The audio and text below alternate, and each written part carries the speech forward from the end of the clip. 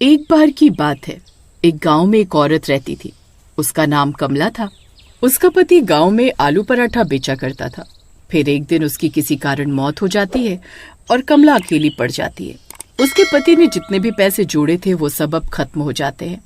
हे भगवान, अब तो सारे जोड़े हुए पैसे भी खर्च हो गए। अब मैं घर खर्च कैसे चलाऊंगी? लगता है अब मुझे ये आलू पराठे की रेहड़ी लगानी होगी, लेकिन मेरे पास सामान खरीदने के तो पैसे ही नहीं है।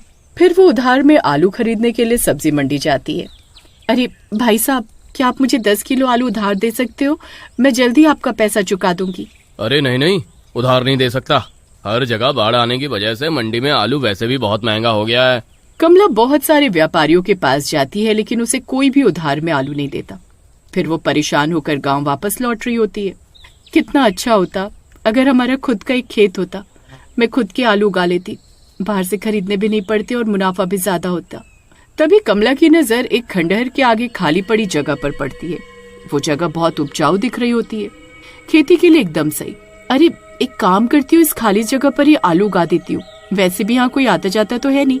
कुछ ही दिनों में मेरे पास बहुत सारे आलू हो जाएंगे। एक बार मेरा काम धंधा चल गया तो फिर मंडी से आलू खरीद लूंगी। फिर यही सोचकर कमला उस खाली जगह के लालच में आकर वही आलू की खेती करने लगती है। लेकिन उसे ये नहीं पता था कि जिस जमीन पर वो आलू उगा रही है वो जगह श्रापित है। फिर कुछ ही दिनों में बहुत सारे आलू उग जाते हैं, लेकिन कमला जब भी कोई आलू तोड़ती तो आलू की जड़ में खून लगा होता। अरे ये खून कैसा है? जब भी कमला कोई आलू तोड़ती तो उसकी जड़ से खून आने लगता। हे भगवान, ये क्या चक्कर है? हर आलू के साथ खून क्यों आ रहा है? अरे छोड़ो, कोई बात नहीं, इन्हें अच्छे से पानी से धो दूंगी, किसी को क्या ही पता चलने वाला है। फिर कमला खेत के सारे आलू तोड़कर अपने घर ले आती है और उन्हें पानी से धो लेती है। फिर अगले दिन से वो आलू पराठे की रेहड़ी लगाना शुरू कर देती है। आलू पराठा खा लो, 5 रुपए में 2 आलू पराठा, आओ आओ जल्दी आओ, सबसे सस्ता यही पाओ। इतना सस्ता आलू पराठा देखकर उसकी दुकान के आगे लाइन लग जाती है। अरे वाह वाह, आज तो मजा ही आ गया, इतने सारे लोग, वाह वाह वाह। फिर आसपास की रेहड़ी वाले सोच में पड़ जाते हैं कि ये इतना सस्ता आलू पराठा कैसे बेच रही है। पहले ही दिन कमला की बहुत अच्छी कमाई होती है, लेकिन उसे क्या पता था कि उसके आलू पराठे की वजह से पूरा गांव तबाह होने वाला था। फिर आधी रात होते ही अरे बहुत दर्द हो रहा है। अरे क्या हुआ जी? अरे यार, 5 रुपए के 2 आलू के पराठे खा लिए, तब से पेट में बहुत दर्द हो रहा है। तभी सुरेश के शरीर का तापमान बहुत बढ़ जाता है और उसका चेहरा लाल हो जाता है। तभी उसके दांत और नाखून लंबे होने लगते हैं। अरे नहीं, ये क्या हो रहा है? तभी सुरेश डरावनी डरावनी आवाजें निकालने लगता है।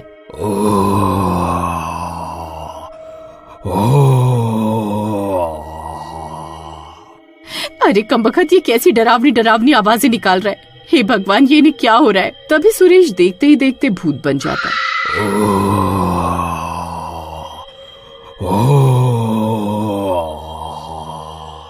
उसकी पत्नी की हालत खराब हो जाती है। अरे मर गए रे, ये इन्हें क्या हो गया? ये तो भूत बन गए। मुझे भूख लगी है, मुझे आलू पराठा खाना है। जल्दी मुझे आलू पराठा लाकर दे, नहीं तो मैं तुझे खा जाऊंगा। अरे नास मिटे, आधी रात को मैं आलू के पराठे कहाँ से लेकर आऊं? तेरे इतने हिम्मत, रुक, तुझे अभी मजा चखाता हूँ। तुझे खाकर अपनी भूख मिटाऊंगा। अरे भागो रे, अपनी जान बचाकर भागो। ये नास मिटा तो मुझे खाने की बात कर रहा है। तभी सुरेश की पत्नी भागते भागते घर से बाहर निकल जाती है और घर का दरवाजा बाहर से बंद कर देती है। तभी वो देखती है कि और भी औरतें चीखती चिल्लाती अपने अपने घरों से भाग रही हैं। अरे क्या हुआ बहन, तुम भाग क्यों रही हो? अरे बहन, पता नहीं अचानक से मेरे पति को क्या हुआ, उन पर किसी भूत का साया हो गया और वो मुझे खाने को दौड़ पड़े। मैं बहुत मुश्किल से अपनी जान बचाकर भागी हूँ। पता नहीं जब से आलू पराठा खाकर आए हैं तभी से बेकी बेकी बातें कर रहे हैं। तभी वहाँ और भी औरतें आती हैं। उन सब के पति भी पराठा खाने के बाद भूत बन चुके थे। खोल दरवाजा, मुझे भूख लगी है। खोल दरवाजा, खोलो दरवाजा खोलो। मुझे आलू पराठा खाना है। हाँ। वो सभी भूत अपने अपने घरों में कैद थे और खिड़कियों से गुर्रा रहे थे। सभी की पत्नियां एक साथ इकट्ठा हो जाती हैं और पड़ोसन की छत पर जाकर छुप जाती हैं और पूरी रात वहीं छुपी रहती हैं। वो भूत पूरी रात दरवाजा तोड़ने की कोशिश करते हैं लेकिन नाकाम रहते हैं। तभी सुबह होने पर सुरेश के घर दूध वाला आता है। दूध ले लो, दूध वाला। अरे आज सुनीता भाभी दरवाजा क्यों नहीं खोल रही? सुनीता भाभी, अरे दूध ले लो। अरे ये दरवाजा तो बाहर से बंद है। एक काम करता हूँ, दरवाजा खोलकर दूध अंदर रख देता हूँ। अगर बाहर रख कर जाऊंगा तो गली के कुत्ते सारा दूध पी जाएंगे। फिर दूध वाला दरवाजा खोल देता है। तभी उसकी आंखें फटी की फटी रह जाती हैं। सामने भूत खड़ा होता है। अरे मर गए रे। अरे अरे ये क्या चीज है भाई? अरे भूत जी, मैं तो दूध देने आया था। अरे मुझे माफ कर दो। फिर दूध वाला दूध के कनस्तर वहीं फेंककर वहां से उल्टे पैर भागने लगता है। अरे मर गए रे। अरे ये भूत कहाँ से आ गया?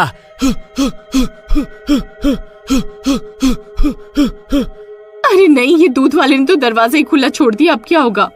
फिर भूत गुर्राता हुआ घर से बाहर निकल जाता है और अपने साथी भूतों को भी उनके घरों से आजाद कर देता है।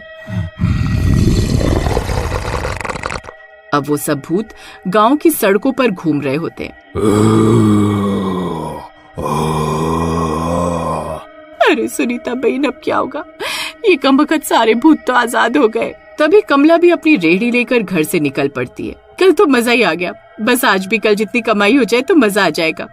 फिर कुछ देर में कमला भी अपनी जगह पहुंच जाती है और रेहड़ी लगाकर ग्राहकों को आवाज देने लगती है। आओ आओ, आलू पराठा खाओ, 5 रुपए के दो, इतना सस्ता और कहीं नहीं मिलेगा, जल्दी आओ और जल्दी पाओ। तभी वो सारे भूत कमला की रेहड़ी के पास आ जाते हैं। उन्हें देखकर कमला के होश उड़ जाते हैं। अरे मर गई रे, ये इतने सारे भूत कहाँ से आ गए? हाय, अब मैं क्या करूं? ओ कमला, जल्दी से आलू पराठा खिला। मैं कल रात से इसे खाने के लिए तड़प रहा हूँ।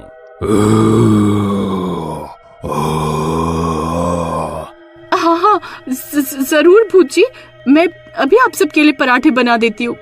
अरे यार, मैं कहाँ फंस गई, अब मैं क्या करूँ? अगर मैंने कोई भी होशियारी दिखाई तो ये सब मिलकर मुझे ही खा जाएंगे।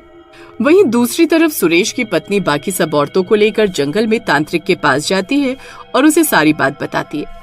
तांत्रिक अपनी शक्तियों से सब देख लेता है। ये सब उस कमला के लालच की वजह से हो रहा है। उसने सबको श्रापित आलू खिलाए हैं, जिसकी वजह से सब लोग भूत बन रहे हैं। तुम औरतों को मेरा एक काम करना होगा। फिर तांत्रिक उन औरतों को अपनी तरकीब के बारे में बताता है। वहीं दूसरी तरफ भूत कमला की रेहड़ी पर पराठे बनने का इंतजार कर रहे होते हैं। कमला, जल्दी पराठा बना, नहीं तो तुझे ही खा जाएंगे। आज का दिन ही खराब है, एक तो बोनी भी नहीं हुई, ऊपर से नास पीटे भूत फ्री का खाना खाने आ गए। तभी वो औरतें दबे पांव आती हैं और कमला की रेहड़ी के पास रखी आलू की बोरी को उठाकर भागने लगती हैं। भूत ये देखकर हैरान रह जाते हैं। बेवकूफ औरत, ये आलू की बोरी कहाँ लेकर जा रही है? रुक।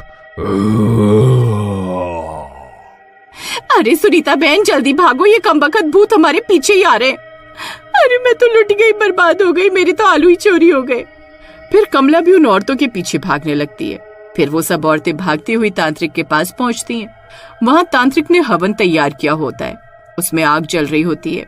तांत्रिक बाबा, आपके कहने पर हम सारे आलू ले आए हैं। बहुत बढ़िया, जल्दी से ये सारे आलू इस हवन कुंड में डाल दो। फिर सुनीता आलू की बोरी को हवन कुंड में डाल देती है। आलू जलते ही वो सारे भूत तड़पने लगते हैं। अरे ये तूने क्या कर दिया? फिर देखते ही देखते उन सब आदमियों से भूत का साया हट जाता है और वो सब ठीक हो जाते हैं। अरे वाह वाह, मैं तो ठीक हो गया। कमला, ये तुमने ठीक नहीं किया। तुम्हें उस खंडहर के खेत से दूर रहना चाहिए था। जी मुझे माफ कर दो, मेरे लालच की वजह से ये सब हुआ है। मैं आगे से ऐसा कुछ नहीं करूंगी। फिर कमला सबसे माफी मांगती है और मेहनत करके अपना आलू पराठे का काम चलाती है।